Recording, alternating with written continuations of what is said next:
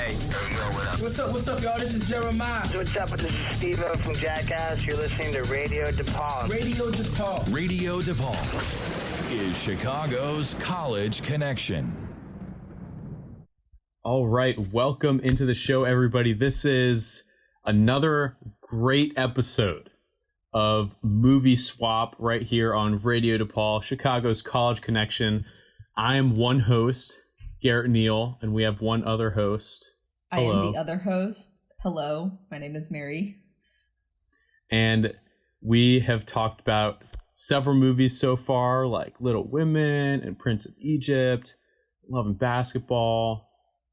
Today, what movie are we going to be talking about, Mary? We are talking about The Untouchables. Yeah. It is a movie. It is from a movie. The 1980s, starring Kevin Costner and lots of other people that I should have looked up before I did this. Sean Connery being the most important other person. R.I.P. Rest in peace. Oh, I know. Robert De Niro. Robert De Niro, also the other important person. Those were the names. Sean Connery, Kevin Costner, and Robert De Niro. It is set in 1930, towards the end of Prohibition. This movie follows Agent Elliot Ness from the Department of Treasury and his handpicked group tasked with taking down Al Capone, who currently runs Chicago through violence and bribes. Yeah. And as this film was your choice, why did you pick this film, Mary? So, I've actually only seen it once before. This is only my second time watching it, but my dad showed it to me a while ago, and I don't know what it was. Sometimes these kinds of movies are really hit or miss for me, and this one was just a big hit with me. It was, I thought, very engaging, very interesting. It had just the right amount of kind of gritty violence for the type of movie it was, that it didn't like completely turn me off, but it kept me like worried the whole time basically. And I don't know, it just has some really good scenes in it that we can talk about later that my dad and I both really like. And yeah, I don't know, it's just a good movie. I really enjoyed it. Well, I think that one, difference from, it's like a lot of other films that are following like the mob or something like that. Like you're following one of the people who's in the mob. And so it's like, it's kind of like you're not really following like what you could call like a it's not a good guy or a good person. Yeah. Whereas like this, like it still feels like a mob film, but we're kind of the main group of characters are like, at least for me, it's like I like to have a character I can more actively root for. Yeah. And I just think another thing they did a good job of personally was, I mean, it's only 2 hours. They don't have a ton of time to get you hooked onto each and every character, and I think they just do a good job with the time they have of kind of getting those like introductions and having you buy into the characters pretty immediately. Yeah, I would definitely agree with that. Of course, notably, this film was directed by Brian De Palma, who directed Scarface and the Dancing in the Dark music video, an iconic music video. And also, after this film, went on to direct the first Mission Impossible film. Really? Yeah. Which very, very different film in some ways, but he's he's done other stuff. He's definitely a notable director, but this is, I think, one of his most successful films, and it's a film that I had heard brought up a few times throughout my days in film school. Like people would bring it up as like inspirations for stuff they'd be working on, and I've seen a few scenes from the film in class, but just had never really gotten around to watching it myself. And now that I have, I can say that I'm glad that I watched it. It wasn't like a pain to get through or anything. But I don't think I'm going to rush out to see it again, personally. That's fair. It was okay. It was just fine. So it happens. We have different opinions sometimes, Garrett, and it's okay. Oh, you're supposed to get angry, Mary. You're supposed to get mad. Well, you might say something later that gets me mad, but right now I can't argue with the fact that you just thought it was an okay movie, but there are certain reasons that why you think it's just an okay movie. I might disagree with further down the line. We'll see. Okay, yeah. So right now I'll just say didn't do too much for me, but it didn't like really offend me too much or anything either. So with that, are you ready to jump into details about this yes, film? Absolutely. So just briefly, it opens with basically setting the scene with some words on the screen saying it's 1930s, Chicago, Prohibition, just setting who Al Capone I really is liked and the stuff. music that was playing during this part of the film. That was like, I noted that specifically. I was like, yo, this thing's got like a beat to it. I'm like, okay. Yeah, I noted some of the music later on in the film. Like, I think it's basically Al Capone's theme. I didn't look up what it's called, but I really like the really upbeat kind of bouncy tune that played whenever they were in that really fancy hotel where Capone was. Yeah. The music definitely, there were some times where it stood out, which was, and it was not always exactly what you thought might be playing in like certain situations, which I thought was kind of cool. Okay. Yeah, so this kind of sets the scene at the beginning. You see Al Capone surrounded by a bunch of reporters. That I think that scene's important. Just it really sets up how Capone had the whole city wrapped around his finger. He was laughing. All the reporters were laughing along with him. He was completely denying violence. He was like, someone was like, people call you the mayor of Chicago. He's like, well, some things are funny because they're funny and some things are funny because they're true. And it's just, I thought that was just such a great, like, this is one of the things I'm talking about, just this like one scene that kind of just sets up who this man is. And obviously a lot of people are coming to this movie with some knowledge of he is a very violent, bad mobster, but just so with that back knowledge, just seeing how he has his public perception. Yeah, it builds on, I think, what we talked about. I think it was the Prince of Egypt episode, but where it's just like a lot of times the kind of the prologue can be some of like the boring parts of the film, and a way to make it exciting is just if you can get everything you need in just a quick scene, then it just like lets you get to the rest of the movie a lot faster. And yeah, this movie does, and this was all we needed from Al Capone, and it's just all right there. Mm-hmm. Yeah. And then it goes to a scene that shows that he is very much lying about how he does not condone violence and is not involved in any violence, with a pretty startling, brutal I was shocked. Oh, I was shocked. No. My jaw was on the floor. I was like, that was wrong. Oh my gosh. Yeah. I was like, please don't let this happen. And it was mid-sentence. She was mid-sentence, Mary. I know. So what happens is, if you haven't seen the movie, is a man behind a counter at some kind of corner store is talking to another man saying, we don't want that here. Basically, I think refusing to have alcohol, like buy alcohol legally from the organization. I don't know exactly, but basically he didn't want to get involved with not Capone. Paying for protection.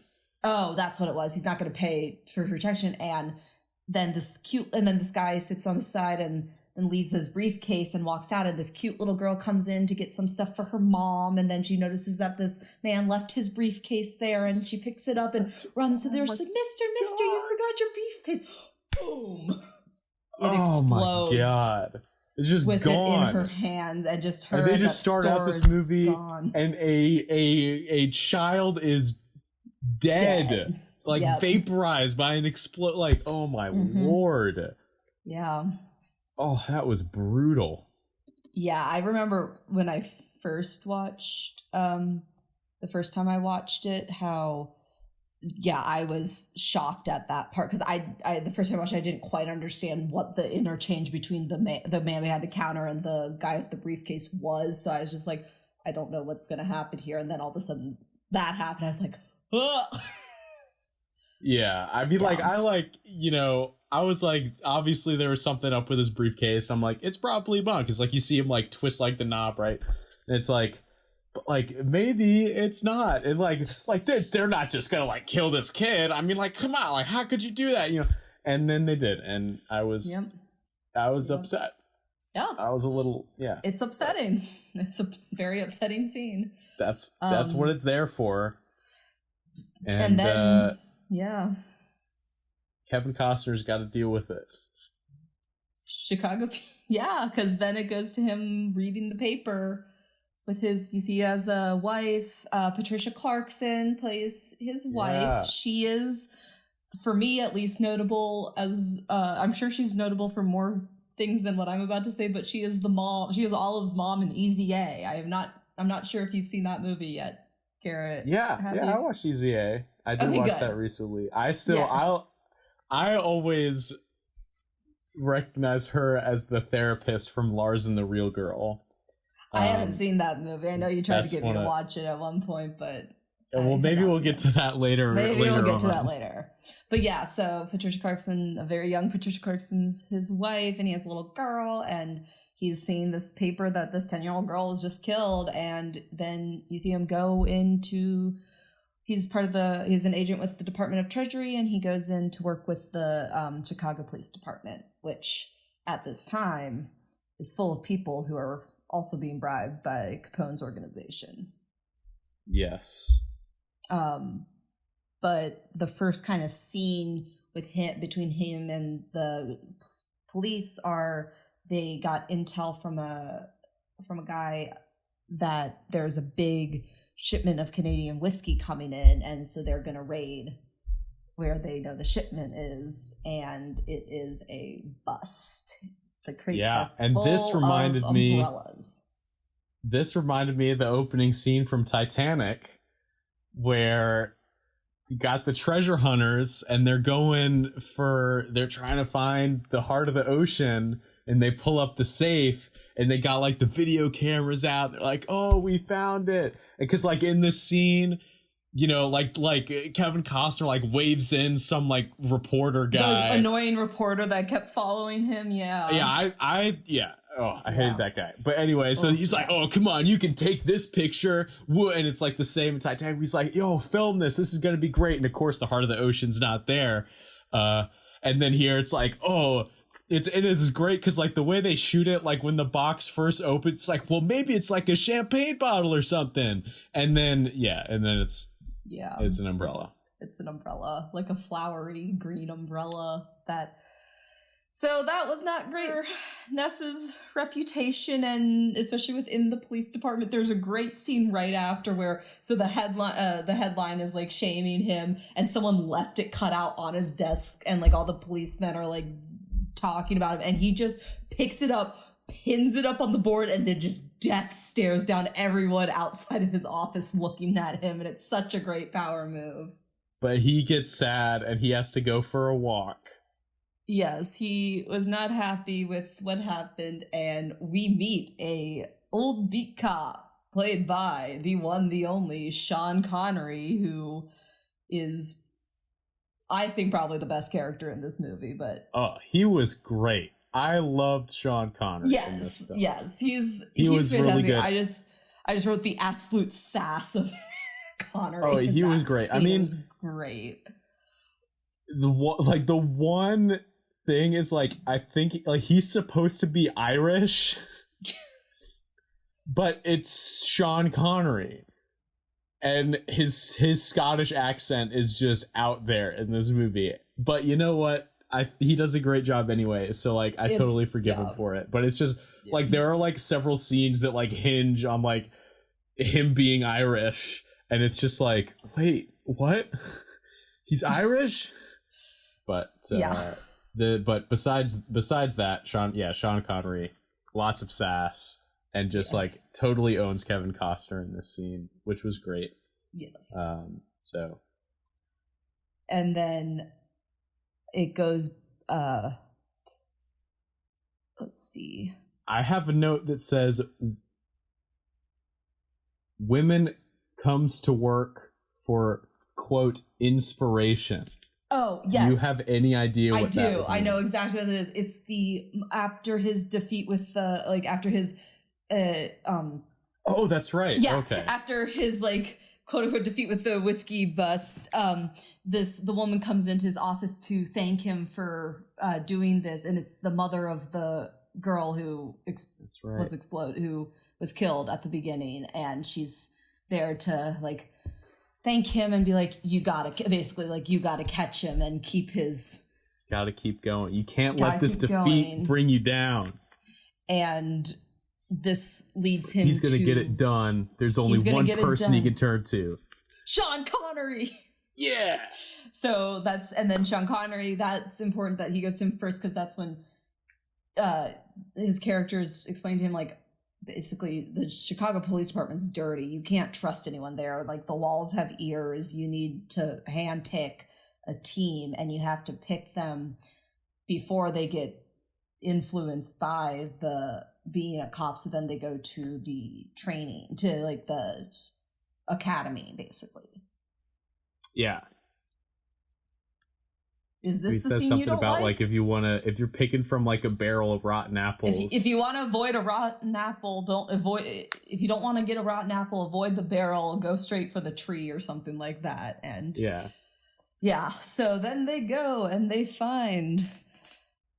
I think before that, there are a couple scenes before we get to that. Yes. I think that I wrote down. There's one where Kevin or Elliot Ness.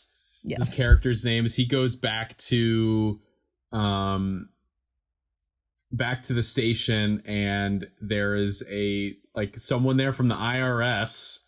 No, he's an accountant from the Treasury Department, sent from, he's from the DC office. Okay. He's also from the Treasury Department. Yes. Oh my gosh, Wallace! I love this man.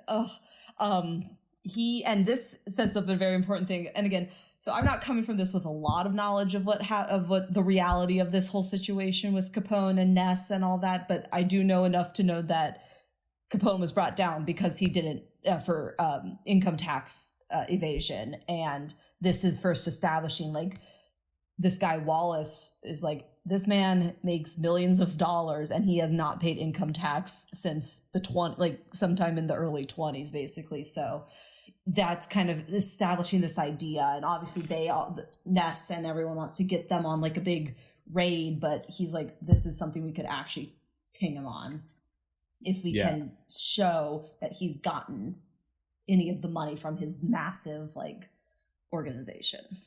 Yeah. And then after that, I have a note down for one of my favorite scenes in the film, which is where Elliot and Sean Connery, who I forget the name of, they meet in a church. And I just think that like Sean Connery has a great monologue in this scene where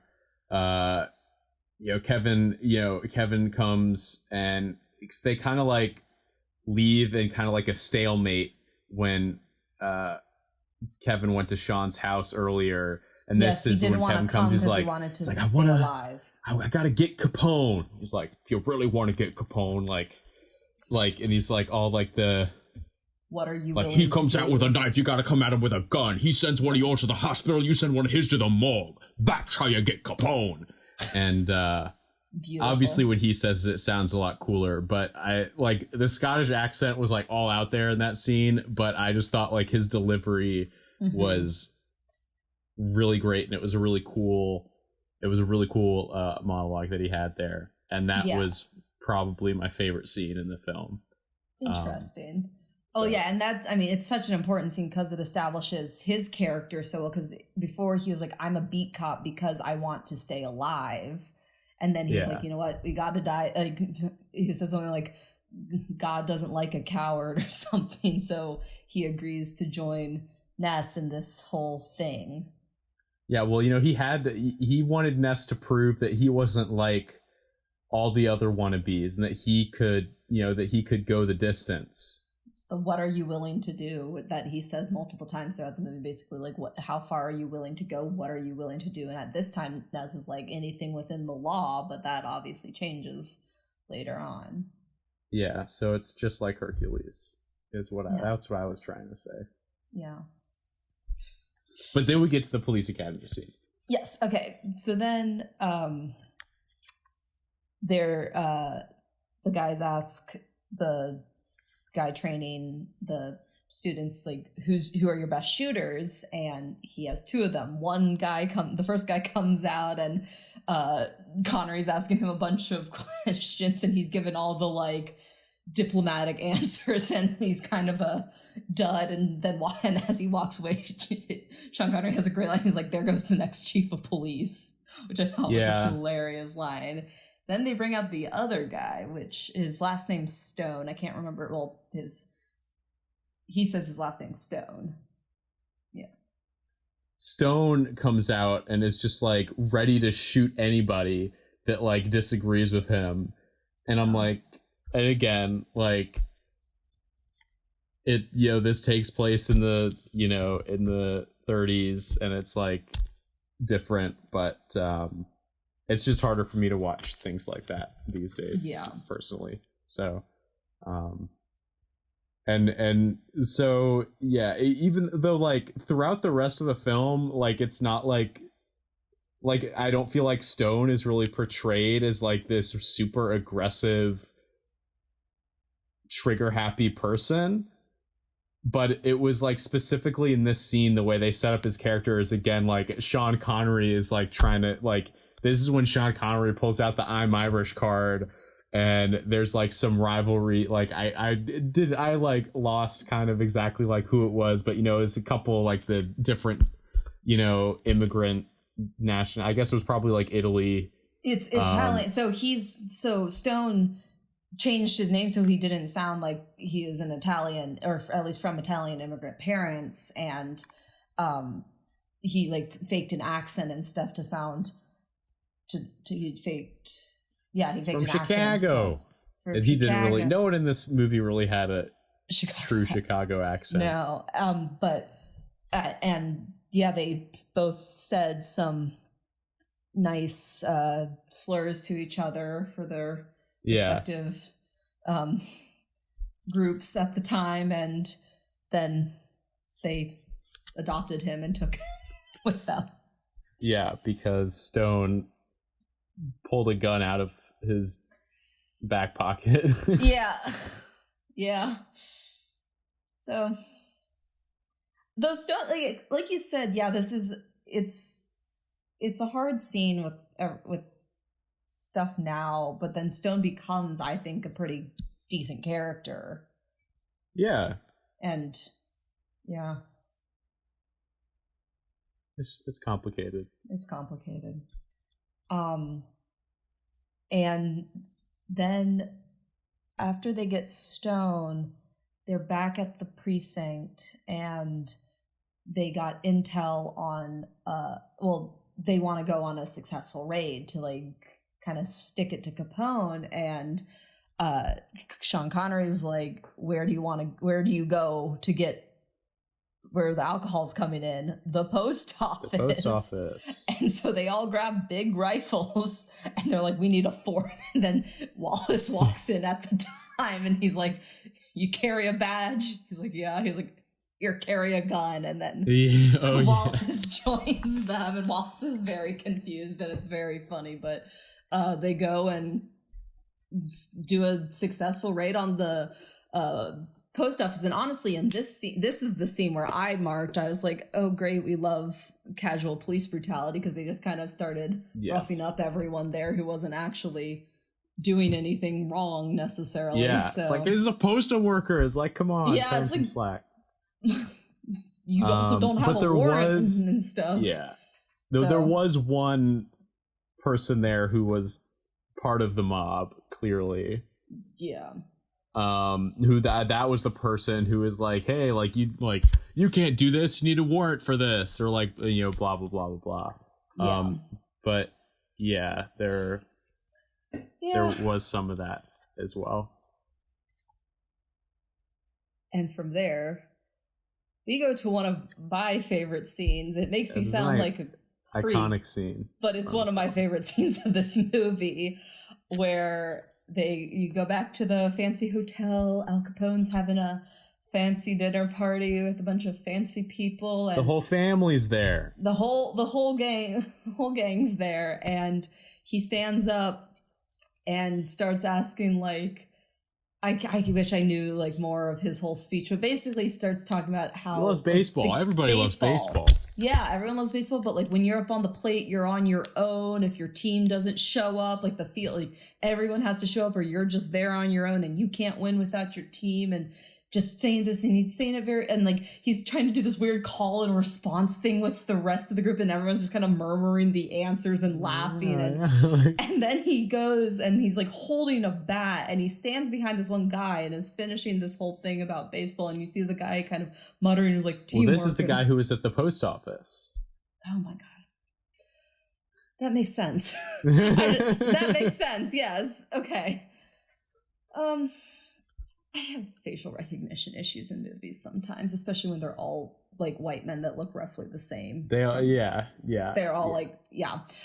Anyways, this guy's there and he stands behind him, and then just all of a sudden he takes the bat and just smashes this guy's head in and just beats him, and it turns away after the initial hit, and you just see these really fancy people just get splattered with blood, and this white linen tablecloth, just this dark pool just spreads out. It's just insane. And I love there's one guy there who's like they're just like some blood gets splattered in front of him, and and he just says like, oh, come on, like, yeah, come on now, like, we were just having a nice dinner, yeah, like, can't you just do this somewhere else? Come on, like, it's again, just, like, yeah, it's just such a really, he has such a nonchalant reaction to someone's head being caved in with a baseball bat.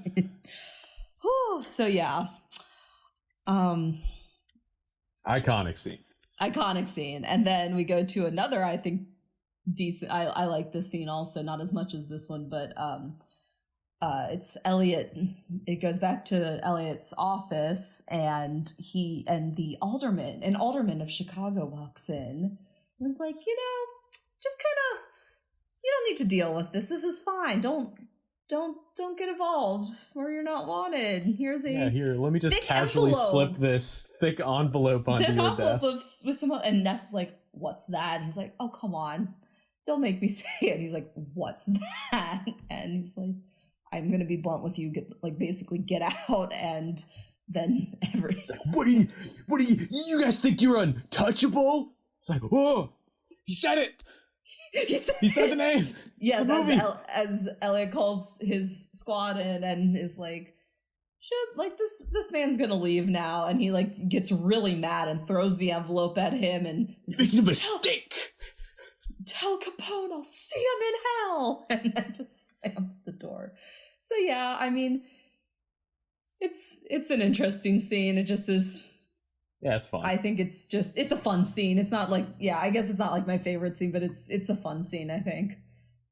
Wish you could bring Radio DePaul with you everywhere you go? Well, now you can with the Radio DePaul mobile app. Download this easy-to-use, free app from the App Store or Google Play to listen live. With the portability of a phone and the simplicity of pushing buttons, Radio DePaul satisfies all your audio needs straight from your pocket. From the main station to sports, news, and podcasts, your entertainment options are endless. Download now and try not to break your phone in excitement. This message brought to you by Radio DePaul, Chicago's college connection. Keeping it real good. Radio DePaul, Chicago's college connection. Welcome back, everybody. This is Radio DePaul, Chicago's college connection. You are listening to Movie Swap, where I, Garrett Neal, and my co-host, Mary Gay, are continuing our discussion on The Untouchables, directed by Brian De Palma. And my next note is Kevin Costner hugs his kid with a gun. My next note is creepy dude outside Ness's house, which is the same scene. So yes, okay. Yes, Ness comes home, and well, there's also a scene where Capone's like, I want him gone, like, right, or is that might be later? But anyways, so there's several scenes where Capone is getting like, increasingly angry. So Kevin Costner basically Elliot Ness has made himself known to Capone, and Capone is not happy with him. So there's also Robert De Niro is playing Al Capone. If we didn't say yes, that. oh yes, that is important. Robert De Niro is playing a very good Al Capone. Like is doing very well at playing Al Capone. He's doing a good job. Not Al Capone. We're not endorsing Al Capone. No, we're not endorsing Al Capone. He is portraying Al Capone well. Yeah. Cool. So yes, Ness shows up. The creepy dude's outside his house. He's like, "Oh, it'd be you have a family. You have a kid. Is that your kid's birthday?" Like, and this is the same dude that we saw drop the suitcase off at the bar in the beginning. Yes. So this is the same dude, and he shows up multiple other times. The enforcer. Anyways, and they got like the creepiest looking dude to do. I know. It's like it's I great. feel bad because this might just be what this guy looks like, but it looks like too little skin stretched over too much face. You know, it's just like it's just like, and he's so pale, and he's in like a white suit all the time. It's insane. But so Ness looks great for the role. Yes, and obviously this freaks Elliot Ness out, and he runs in and makes sure like his wife and daughter are okay, and then he hugs his daughter with a gun in his hand. Yeah, I was like, okay, like I know he was scared, like things were happening quickly, but I'm like, just like, yeah, I don't know. I just thought that was really strange. Yeah, I was like, oh, this poor little girl's probably used to this at this point, but he sends them to a safe spot, and there's a funny little line in this where like Connery and Stone and Wallace are all there, and Connery brought one like policeman with him that he trusts to drive Ness's family to police, and he's like, and Ness is like, can you trust that guy? And he's like, oh, yeah. I hope so. He's my cousin. Yeah, that was good. Line.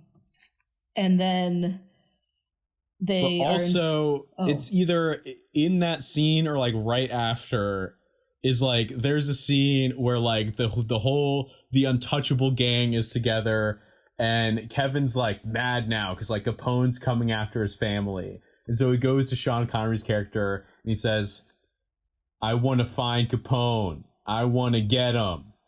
And I'm like, dude, like emote, please. Like, yeah, look, yeah. Like no, Kevin's been in some great movies, okay, and like he's not the worst. And there are some scenes and some movies where he's fine, but there are just like and for the most of this movie, like there are 0 points for me in this film where I'm like, wow, Kevin, you did a great job. Most of the time, though, I think he's fine. He's solid in my point of view. But then there are definitely a handful of scenes, and this may have been the biggest offender, where I'm just like, come on, like give me something, like but he's like, we need to get Capone. And I'm like, dude, is he threatening your family, or was he just did he like flick you on the ear, or like, come on, like. Ugh. No, I agree with what you're saying there. That this is why I agreed with you at the beginning. Like, I can overlook that. I don't care that much about those little scenes, but I know they bother you so much more than they bother me. I know a lot of stuff in movies bother you so much more than it bothers me. So we can skip to the next scene. We get a cool scene on a 1930s plane. Yeah. That was fun. And then again, Wallace is like, this man has not paid any taxes. He makes so much money. We need to get him. And on this, and Ness is like, go to sleep, Go to sleep.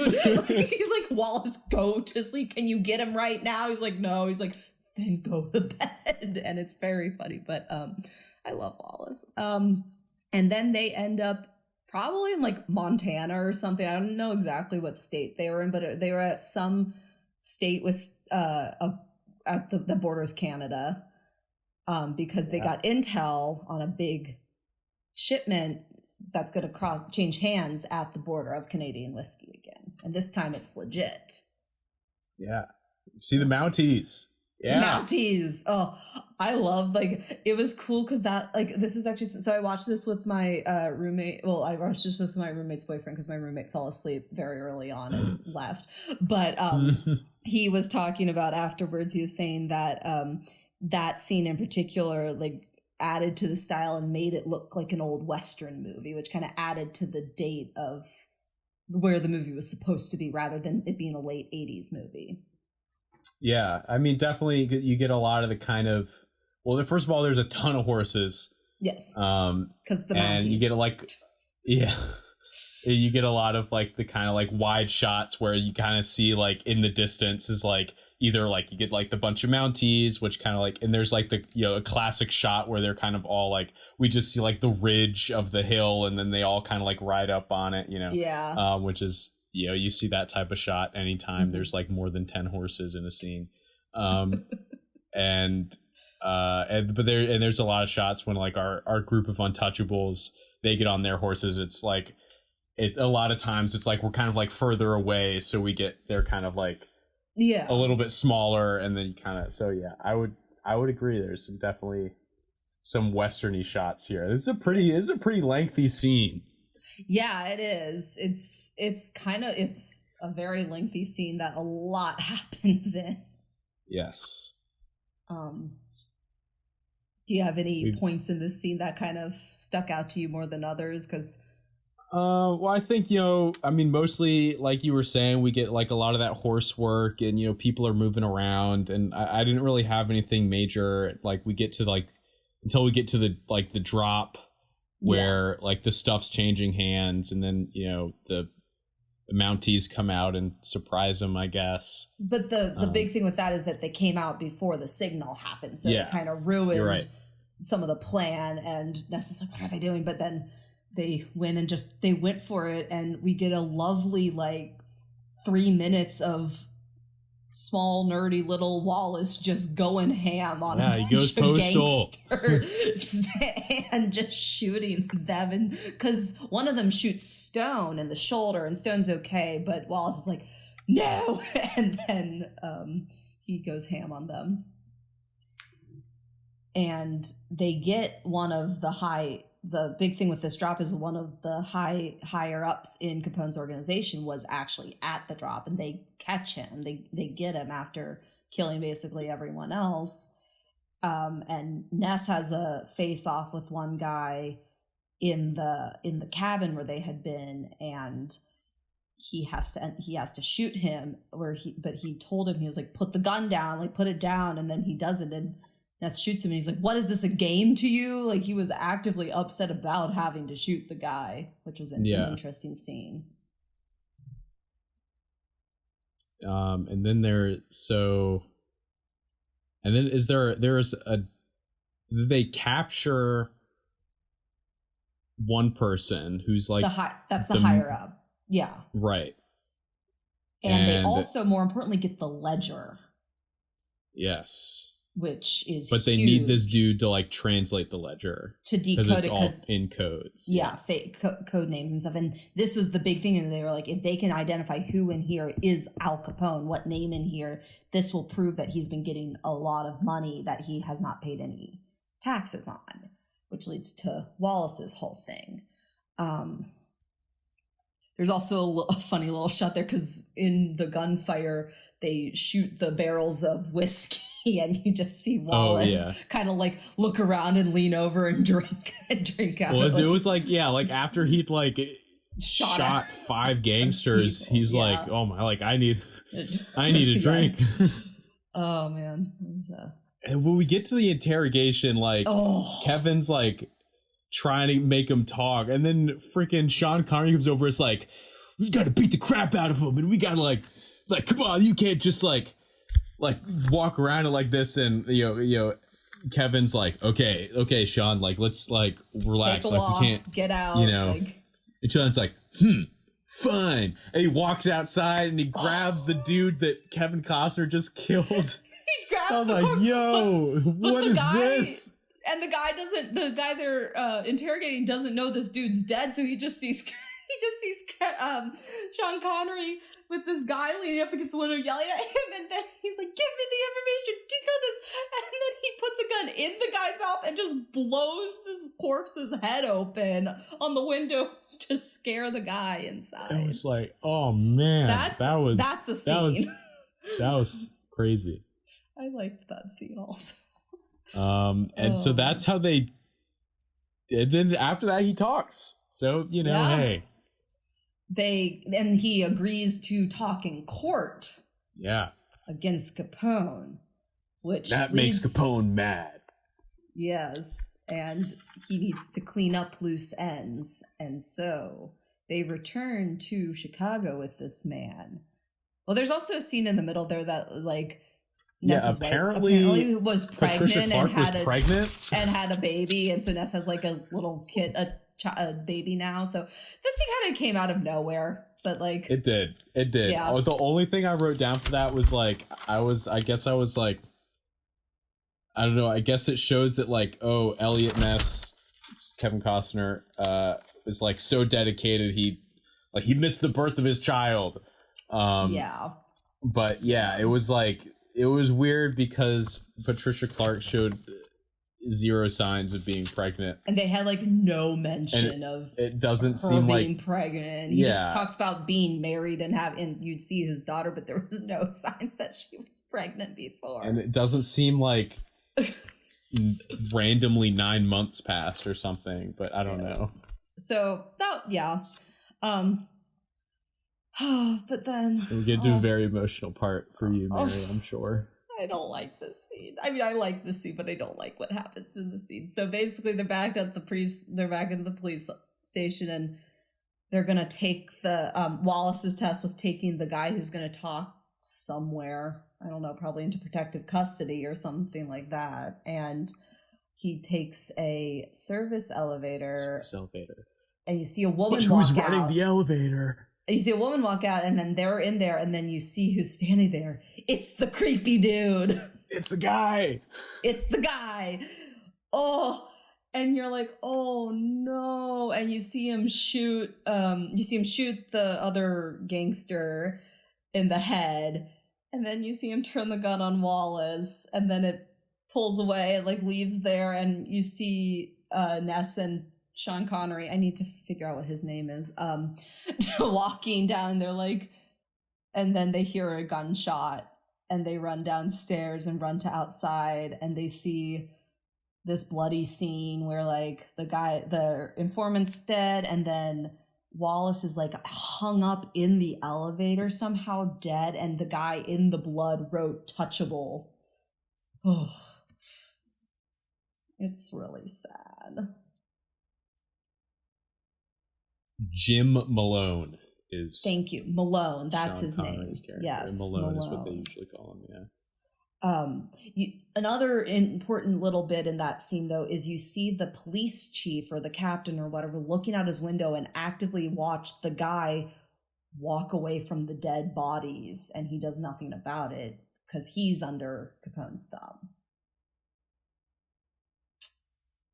Comes back a little later. It's revealed shortly afterwards, because we get like. My next note is that we have another scene where Kevin says that he's going to go the distance. It's like, oh, now we're really like, we really mean business, because there's just like a couple, like Al Capone has like 3 scenes, and like Kevin Costner each has 3 scenes where it's like, okay, now I was serious before, but now I'm really serious. Now we're really doing everything we can. And so Kevin like goes like after, talks with Malone and George Stone. He's like, okay, we're gonna do everything, and because like before he was trying to stay like within the law, but now he's like, we're just gonna no holds barred. We gotta get Capone. Yeah. Well, he also goes to the hotel where Capone is and punches a man in the face and tries to square off with Capone, surrounded by all of his gangster friends, and Malone has to come and be like, guns on him. No, not right now. This is not a good idea, sir. Like, calm down. So, Ness like punches a man in the face pretty hard, which was good. But then they have, and so then the DA is telling them that he's not going to press charges anymore because he's not going to do anything without a witness, and their one witness is dead. So they have to get. They subpoena the bookkeeper, Capone's bookkeeper, which they're allowed to do, and they have to go get him. Yeah. But before that happens... But they don't know where he is, right? Correct. And so But Malone has to now, go to the police chief to get which we the find information out of where he is. And yeah, because we find out that like the reason like that they were able to get the tip for like the Canada border drop off is because Sean Connery's or Malone's been talking to the police chief, because they're both Irish. yes, the police chief actually sounds Irish. Yeah, one of them does. And then Sean Connery's like, "Come on, chief," whatever his name is, like, yeah, you gotta help me. And he's like, yeah, it's just like, and they one of them has an brawl. Irish accent and one does not. But then this is probably like my second favorite scene in the movie, where it's this great, like, the rain's coming down and we just got these two old dudes just duking it out. And it's just super sloppy and messy, and they're just like, every punch takes so much effort, and they just like, oh, I really love this scene. And but of course Sean comes out on top in the end. So. Well, not for long. Shh. I said in this scene. The chief tells him he's gonna regret this, and then it goes to Malone's apartment. And this is, I think, a very interesting way to do this scene. Like, I thought it was, I thought this scene was really cool. Okay, I didn't know if you think it, like, I thought, so so he's being observed by Capone's guys, but the way they do it is it's just the camera like climbing and looking in the windows. Like, you don't see the guy looking in the windows. Like, you see him for a brief second, then the camera takes his place and he's like following Malone in his house and kind of crawling around what the we outside. see first outside is the enforcer. Yes. And he's lighting like a cigarette with some matches. Yes, that has the name of the address in it. Yeah, and then Malone's address. Yeah, and then we pan like away from that, and then we get into like what is like a first person perspective almost, where of a different guy. Yeah. Well, we don't necessarily know at the time. Who it is. You don't know who it is, but because you see the creepy guy, the enforcer, walking away, and you see another guy climb up the side of the building. Yeah, So and then we go else. into his first person, and we're going like past the windows, like you were saying, into the apartment eventually, and Malone eventually notices he's there and turns on him with a gun, and this guy has a knife, and you're like, oh, he brought a knife to a gunfight. And so Malone just quote unquote easily chases him out of the apartment and stands But see, this is like, I totally Oh. forgot that the enforcer dude was there. Me too. But Even of though course, I'd seen the movie twice, I was like, I forgot how this happened when I watched it again. But what happened? He like Malone steps aside, the enforcer just mows him down with an automatic.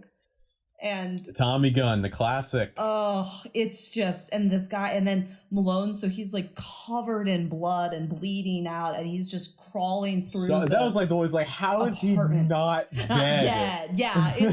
We need it to suspend some belief here in terms of the amount of time it would take to bleed out after getting mowed because down. he's but like, still alive. I know, Garrett, but it's for dramatic effect. Because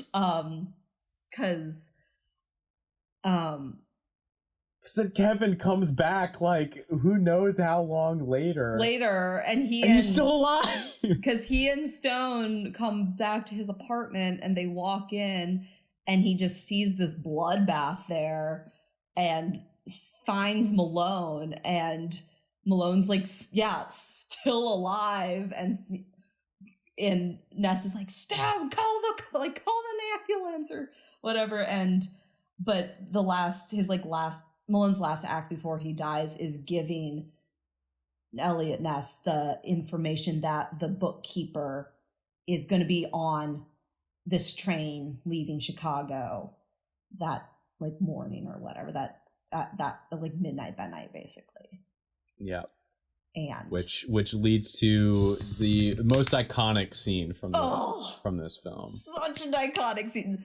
This is my dad's all-time favorite scene of like many movies. He loves it's this a very scene. iconic scene. It's a good this is the scene. I watched several times throughout my film classes. Okay, makes sense. Yes. It's such a good scene. So, yeah. So go to the train station. Go to the train station and it starts out, I mean, like, just even like when they first walk in and you just get like this great like wide shot of just like the giant columns, and you just see they're just like tiny in the background. Yeah. And it's a very very cool looking shot that it starts out with. And then they kind of split off in their own directions, I guess, to guard the various entrances. And Ness is standing up on kind of like a little balcony thing and watching this poor woman who has like these 2 suitcases and a baby in a stroller trying to get up these massive marble staircases. And Ness is like, I want to help this woman, but I need to be aware. Like he keeps like looking over, the baby's crying. It's just like, there's all this, it's like sets up this really weird tension that's like not. Yeah. Like, he's looking, he's like, watch, or like clock, door, woman, clock, door, woman, clock, door, and woman, people clock, door, come woman. in, people like walk in, and he sees some. He's like, is that him? Oh no, okay, woman, no, clock, a woman is comes that in. okay? Yeah, it just so it's like very edgy, and then like the train's leaving at like 12:05, and it's like ticking closer and closer, and finally Ness decides to go down and help the woman walk up the stairs with the stroller. He's like, okay, I got it. Just get your bag. She's like, oh, thank you so much. Thank you.